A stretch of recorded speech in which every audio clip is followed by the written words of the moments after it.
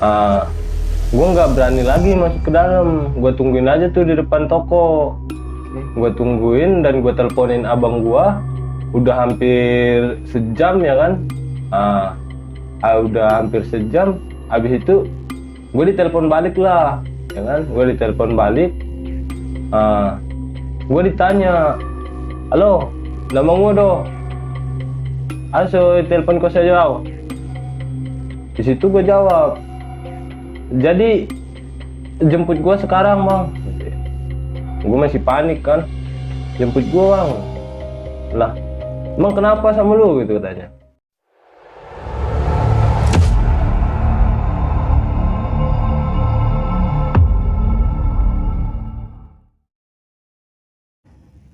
Halo Sobat Penatua, balik lagi bareng gue, Refdiko. Dan pada kesempatan kali ini, gue telah kedatangan seorang narasumber yang akan menceritakan pengalaman mistis yang pernah ia alami. Dan narasumber gue kali ini berprofesi sebagai penjaga warung sembako. Penasaran sama cerita apa aja yang dialami? Langsung aja kita kenalan sama narasumber di samping gue ini. Halo Bang Pijar. Halo bang Ref. Kabar gimana bang? Alhamdulillah lagi nggak enak bang. Nggak enak. Iya.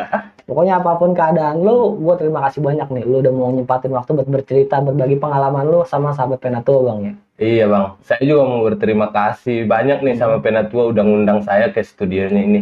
Iya. Wajib banget sih kita ngundang lu bang. Tamu spesial kita ini. Yeay. Oke Bang Pijar, kalau boleh tahu lu dari Medan ke Tangerang ini berapa lama bang? Kalau di jalan sih 3 hari 3 malam bang. Jalur naik bis. naik bis? Iya. Lama juga bang ya? Ya lumayan lah bang, enak-enakin pantat atau tepok dikit. Kagak ada asik-asiknya bang ya? Iya. Oke Bang Pijar, pada kali ini kan lu mau bercerita tentang pengalaman lu waktu jaga warung, yang dimana warung ini pernah ada kejadian orang gantung diri bang. Iya bang. Jadi itu sebelum jadi ruko, Oke. bekas kontrakan dulu yang di mana kontrakan itu ditempatin oleh cewek yang masih remaja bang. Dan itu cewek di situ menggantung diri dalam keadaan hamil. Dalam keadaan hamil? Iya. Nah, ini Bang Pijar nih, sebelum kita masuk ke ceritanya, gue mau nanya satu hal nih. Ini hamilnya sama lu apa bukan nih Bang?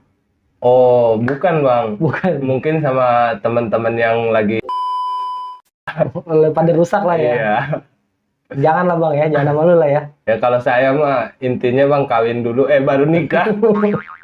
Sama aja Bang. Oke Bang Pijar, ditahan dulu untuk ceritanya ya. Iya. Oke, sebelum kita masuk ke ceritanya, lagi-lagi gue mau mengucapkan banyak-banyak terima kasih buat kalian semua yang telah mensupport kami sampai detik ini. Semoga dilancarkan rezekinya dan dilancarkan juga segala urusan kalian. Dan buat kalian yang baru mengunjungi channel ini, jangan ragu untuk langsung subscribe, like, komen, dan share sebanyak-banyaknya agar kami makin semangat menghadirkan konten-konten horor lainnya di tengah kesibukan kalian. Gue rasa cukup, nggak usah berlama-lama lagi, langsung aja kita masuk ke ceritanya.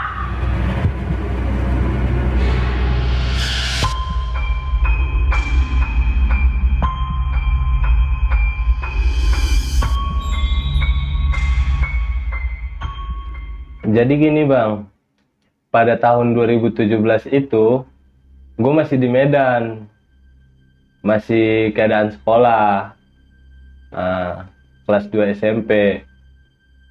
Dan di situ, teman-teman gue sebagian berhenti sekolah. Nah, terus pada memilih kerja lah, karena di sana itu ekonomi kurang. Mereka ingin membantu orang tuanya, dari situ mereka pada berhenti sekolah, memilih kerja. Dan di situ gue mikir. Dan setelah tiba di semester 2, gue berhenti sekolah tuh. Gue berhenti sekolah. Gue ngomong ke orang tua gue. Dan gue ngomong ke orang tua gue, mereka marah. Lu kenapa berhenti sekolah? Gue pengen kerja kayak teman-teman gue. Gue gituin. Dan di situ orang tua gue marah banget. Pokoknya nggak mau tahu, lu harus sekolah gitu kata orang tua gue. Dan di situ gue tetap kekeh.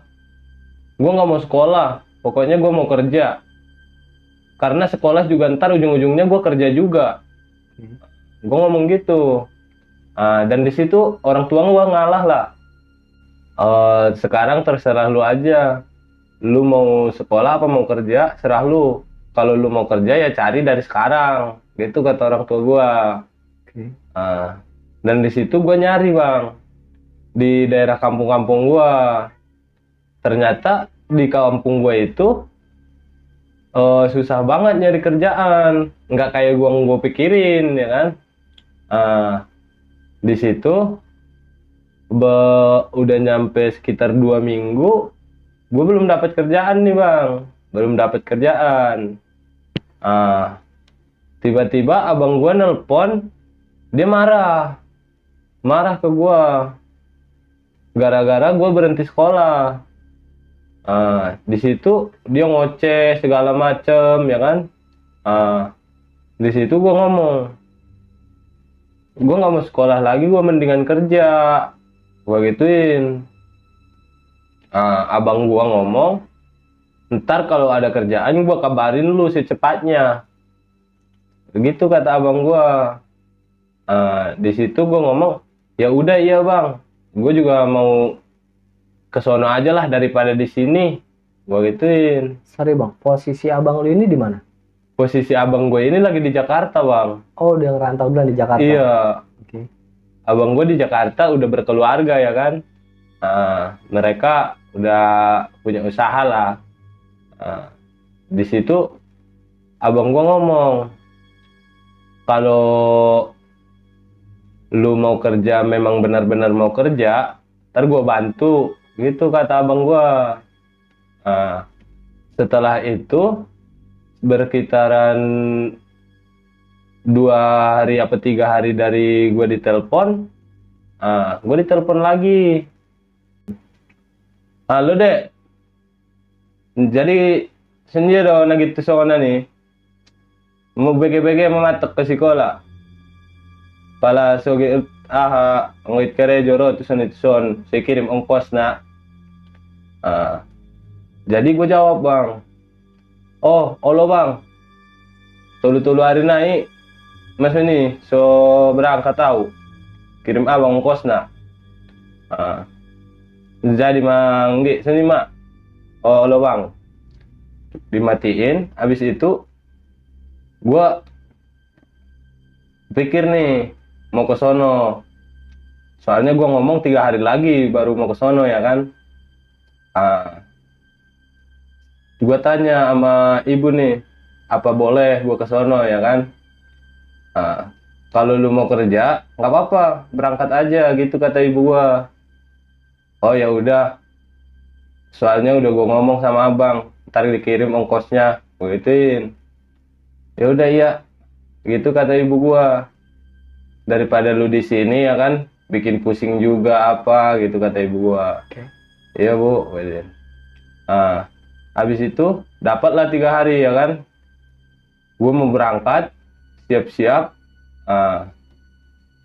Pas gua mau berangkat nih, oh masih di jalan ya kan. Ditelepon sama abang gua lagi. Halo, mau berangkat ke Enggi? Madung bang. Jadi dung sampai kabari. Oh bang. Setelah abang gua nanya, udah berangkat apa belum ya kan? Gua ngomong udah. Ntar kalau gua nyampe suruh kabarin. Biar dijemput sama abang lu gitu. Biar dijemput sama abang gua. Oke. Setelah nyampe di Jakarta, loket Jakarta, gue telepon lagi. Halo bang, masa sampai ondon di loketon, dia jemput abang Jolau. Oh jadi mak jemput PT Jolisida Tokin. Jadi bang. Habis itu gue dijemput ya kan. Setelah tiba di rumahnya, gue nanya gue mau dikasih kerja apaan. Oh ntar lu jaga warung aja, di sono ada yang baru dibuka gitu kata dia. Oh ya udah bang, sebelum ke sono gue bantu-bantu di sini aja dulu ya bang, gue gituin. Oh ya udah terserah aja, gitu kata abang gue. Habis itu gue bantu-bantu lah di situ ya kan. Eh, Selama gue seminggu di situ bantu-bantu, akhirnya gue dipindahin nih Ke tempat yang ke baru. tempat yang baru. Nah, sesampainya gue di toko baru bang, ah, di daerah Pamulang. Tapi gue nggak tahu itu nama perkampungannya apa ya kan. Soalnya gue masih baru di Jakarta. Habis itu gue mulailah rutinitas gue rapi-rapihin ya kan. Soalnya daerah situ juga masih sepi ya kan. Masih agak jauh lah dari warung-warung lain. Rumah-rumah juga masih pada itu ya kan. Sebenarnya sih yang gue jaga itu nggak gede juga bang ya kan. Cuman rolling 2 dijadi satu. Oh, jadi 2 ruko dijadiin 1. Iya. Oke. Jadi karena di situ warung agak jauh-jauh lah ya kan, memang sepi ya kan. Jadi gua ngerasa inilah lumayan kalau di sini mah. Pikiran gue begitu. Nggak capek-capek banget ya. Nggak capek-capek banget. Singkat cerita bang, hari udah mulai malam nih, udah sekitar setengah 10 lah. Jadwal tutup gue udah itu ya kan. Gue mulai nutup, gue tutup nih. Pas gue tutup, gue mulailah istirahat ya kan. Istirahat, main HP dulu bentar ya kan. Main HP. Nah, sekitar jam 11 nih udah emang hening bang di situ, sepi ya kan. Gue juga niatnya udah mau tidur. Gue matiin HP, gue mulai tidur lah. Nggak lama kemudian, sekitar 5 menit, gue dengar ada suara cewek nangis. Cewek nangis. Iya. Jadi di situ gue berpikir, ini cewek nangis mungkin gara-gara apa, mereka ada hubungan apalah ya kan, lagi berantem. mungkin, ya. Gue nggak peduliin, soalnya gue masih orang baru bang. Gue nggak mau ikut campur lah ibaratnya ya kan. Gue terusin tidur. Tapi makin lama suara nangis itu makin dekat bang. Gue ngerasa udah di depan toko, benar-benar mau masuk lah ya kan. Gue ngerasa gue cek dulu kali ya gitu. Gue bangun, gue keluar tuh, gue buka rolling, gue lihat di depan nggak ada. Nggak ada bang. Iya. Terus gue keluar, gue lihat juga di sekitar ya kan, kiri kanan toko nggak ada juga. Terus gue masuk lagi lah ya kan, nggak berpikir negatif, masih pikiran positif lah ya kan. Mungkin orangnya udah pergi gitu. Gue masuk nih, gue lanjut lagi nih tidur, istirahat lah ya kan. Iya. Soalnya suaranya juga udah hilang. Gue lanjut tidur.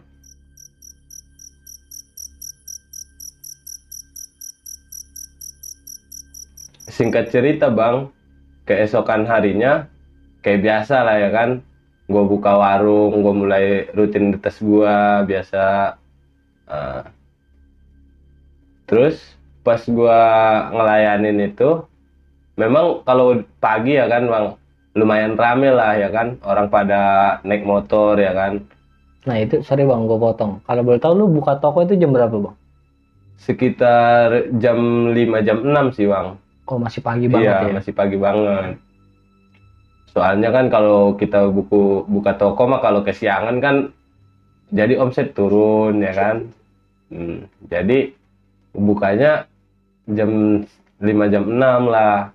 Itu jadwal buka. Habis itu gue mulai rutinitas gue. Kalau pagi mah emang ngelayanin doang apa ya kan. Pada siangnya udah mulai sepi. Gue juga udah mulai lelah lah ya kan. Istirahat lah. Habis itu nggak lama kemudian nih datanglah cewek ya kan, dia mau belanja, tapi dia nunduk aja nih, mukanya pucet gitu. Belanja, dia niatnya beli sabun doang apa ya kan, beli sabun biasalah kalau cewek mah ya kan, mau nyuci apa ya. Iya. Jadi gue layanin aja terus, layanin. Setelah gue layanin itu, gue ngerasa apa gimana ya, interaksinya aneh gitu. Soalnya udah nunduk aja, mukanya juga kelihatan pucet ya kan, apalagi sakit kali ya, gitu pikiran gue. Lalu masih berpikir positif lah ya. Iya, masih berpikir positif. Habis itu dia pergi nih, udah selesai belanja ya kan, pergi. Gue masih mikir aja, itu cewek siapa ya gitu di pikiran gue. Kok udah kayak sakit gitu masih ke warung aja ya kan, apa nggak ada keluarganya kali ya kan yang lain berbelanja, masih dia aja ya yang datang gitu. Udah sore lah ya kan, sore udah menjelang malam nih, sore. Soalnya kalau pas sore juga kan di jam 4 sampai jam 6 itu masih rame aja bang, rame ya kan, rame. Setelah itu gue masih beres-beres nih, soalnya barang juga baru datang dianterin abang gue. Soalnya kan kalau gue mah nggak bisa belanja, soalnya gue sendiri doang di warung. Oke. Abang gue datang nganterin belanjaan, gue beres-beres. Di situ gue tanya, bang, di sini itu sama di warung abang tahu nggak bedanya apa? Gue ituin. Oke. Abang gue ngomong, perasaan nggak ada bedanya dah, cuman di sini baru, tempat gue udah lama gitu doang katanya ya kan. Oh, gue gituin aja ya kan, gue nggak mau cerita ke dia yang soal itu. Nggak lama kemudian di situ masih rame aja. Habis itu sekitar jam 7 udah mulai sepi lah ya kan, sepi lagi. Nah tuh cewek datang lagi ke warung gua, cewek yang tadi siang. Oh, yang pucet, lu bilang Iya, pucet tadi. Oke. yang mukanya pucet. Oke. Dia datang beli tali tambang yang kecil tuh bang. Oh, yang plastik itu ya? Iya, tambang plastik. Nah gua tanya tuh, emang buat apaan neng? Gua gituin. Dia nggak mau ngomong buat apaan ya kan. Udah yang penting kan gue beli gitu katanya. Gue kasih aja tuh bang, gue kasih. Nah lagian udah, singkat cerita nih udah malam lah ya kan, gue udah mau nutup. Gue beres-beres dulu bentar, gue beres-beres. Habis itu jam 10 pas gue tutup lah. Gue tutup, gue lanjut istirahat nih, lanjut istirahat. Main HP dulu apa ya kan, jam 11 malam gue tidur dan terus gue mimpiin itu cewek. Gue mimpi dia lagi berantem nih sama cowoknya, permasalahan tanggung jawab. Soalnya si ceweknya ini lagi hamil Bang? iya. Dan mereka berantem, si cowoknya belum mau tanggung jawab nih. Dan si ceweknya ini terus nangis lah ya kan, dia mutusin buat gantung diri. Iya. Di situ gue terbangun, gue kaget dong, kenapa gue bisa mimpiin tuh cewek ya kan. Gue kaget. Habis itu gue pengen tidur lagi, nggak bisa tidur, masih kepikiran lah sama mimpi gue lah. Terus keesokan harinya kayak biasa jam 6 gue buka toko lah ya kan, gue tungguin tuh cewek, nggak datang. Padahal kan gue pengen cerita mimpi gue semalam ke dia. Nggak datang. Udah malam, gue tutup. Keesokannya lagi gue tungguin lagi. Di hari selanjutnya. Di hari kedua gue tungguin lagi. Gue tungguin, itu juga nggak datang-datang bang. Jadi sorry bang, gue potong. Jadi ini yang lu tungguin ini si cewek yang sebelumnya beli tali itu ya, yang mukanya pucat lu tadi bilang ya? Iya. Oke. Yang gue tungguin itu cewek yang dalam mimpi gue yang mukanya pucat itu, yang beli ke warung. Oke.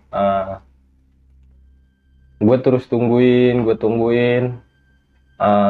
Setiba malam lagi ya kan, udah malam lagi. Gue tutup. Nah, di hari ketiganya gue buka kayak biasa.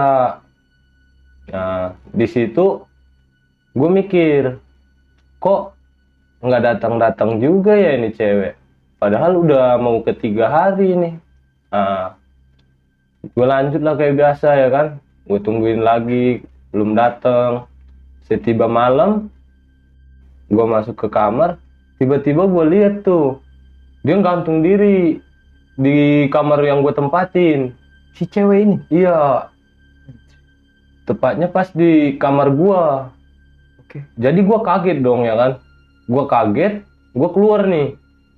Kebetulan ada yang lewat naik motor. Gua suruh berhenti tuh. Gua suruh berhenti. Gua ngomong, gua cerita ke dia gini ya kan. Gua ajak tuh masuk ke dalam. Gua ajak masuk ke dalam. Setiba kami cek, udah nggak ada. Nggak ada bang? Iya. Jadi nih cewek yang ngegantung sebelumnya lu lihat ini nggak ada? Nggak ada bang. Jadi gue dikasih nasihat lah ya kan sama yang gue berhentiin tadi.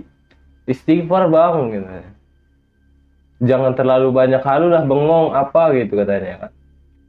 Dan abis itu setelah orang itu pergi, gue nggak berani lagi masuk ke dalam. Gue tungguin aja tuh di depan toko. Gue tungguin dan gue teleponin abang gue. Udah hampir sejam ya kan. Udah hampir sejam. Habis itu gue ditelepon balik lah ya kan. Gue ditelepon balik. Gue ditanya, halo, nama gue doh. Aso telepon kau saja. Di situ gue jawab, jadi jemput gue sekarang bang. Gue masih panik kan, jemput gue bang. Lah, emang kenapa sama lu gitu katanya. Lah gue, udah jemput gue aja sekarang. Gituin. Habis itu dimatiin sama bang gue, dimatiin. Dia datang. Di situ dia coba tenangin gue masih panik ya kan. Ditenangin, ditanya gue kenapa. Di situ gue ngomong, gue cerita ya kan. Di situ pas gue cerita, abang gue nggak percaya. Terus gue ngancem, pokoknya kalau gue nggak dipindahin, gue mending pulang kampung aja lah bang. Gue gituin. Oh ya udah, gitu katanya. Gue temanin lu aja di sini dulu dah, gitu. Lah gue ditemenin istirahat sampai keesokan harinya. Gue dibantuin juga buka warung, agak kesiangan dikit, abang gue pergilah ke rumah RT, ya kan? Pergi ke rumah RT,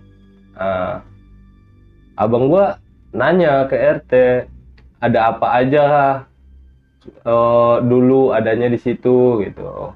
Oh, history dari warung lu? Iya, di tempat itu kayak gimana-mana ya kan. Dan setibanya abang gua pulang dari RT, dia ngejelasin ke gua, ngomong, memang sebelum ini jadi ruko, dulu ini kontrakan. Penghuni kontrakannya itu cewek, yang di situ pernah gantung diri. Iya. Tepatnya pas di posisi kamar yang gua tempatin. Oh, yang tempat buat lu tidur itu? Iya. Jadi di situ gua nggak mau lagi dong di situ. Soalnya udah terjadi kayak gitu ya kan, gua takut. abang gue juga tahu gue kayak gimana orangnya. Gue dibawa lah ke tempat abang gue, dan di situ ditaruhin orang baru. Oh, jadi dia nyari orang lagi buat Iya, nempatin di situ. nyari orang lagi buat nempatin di situ. Setelah gue di tempat abang gue, nggak ada lagi di situ teror-teror yang aneh apa ya kan, nggak ada lagi. Nah, sorry bang. Nah, jadi setelah lu cabut, itu ditempatinnya 1 atau 2 orang bang? 2 orang, karena kalau sendiri takutnya terjadi lagi kejadian kayak gue. Oh, oke. Abang gue jadi paham ya kan, ditaruhin lah di situ 2 orang. Setelah itu nggak pernah ada kedengeran lagi tuh cerita orang baru ini ngeliat atau gimana? Setelah itu udah nggak ada lagi mereka ngelihat apa, mimpi juga nggak ada lagi. Oh, berarti memang cuma lu doang yang diganggu. Iya, memang cuma gua doang lah yang diganggu di situ. Oke. Dan hanya segitu aja sih bang yang gue ceritain selama pengalaman gua baru nyampe ke Jakarta jadi penjaga warung. Pengalaman mistisnya cuman itu doang sih. Jadi Iya. setelah itu lo nggak pernah ngalamin lagi ya bang? Setelah itu gua nggak pernah ngalamin yang lain lagi lah kalau soal menjaga warung lah. Berarti bisa dibilang lo baru ngerantau dari kampung, dikasih shock terapi lah bang ya di sini lah ya. Iya, jadi buat perkenalan ibaratnya. Perkenalan. Ya. Biar lo tahu kalau di luar Pulau Medan, apalagi di Pulau Jawa ya, mistisnya lebih kencang ya bang ya. Iya, mistisnya emang lebih kencangan di Jakarta lah. Soalnya kalau di kampung kan udah kita mungkin udah biasa, kita lahir di sana ya kan. Iya.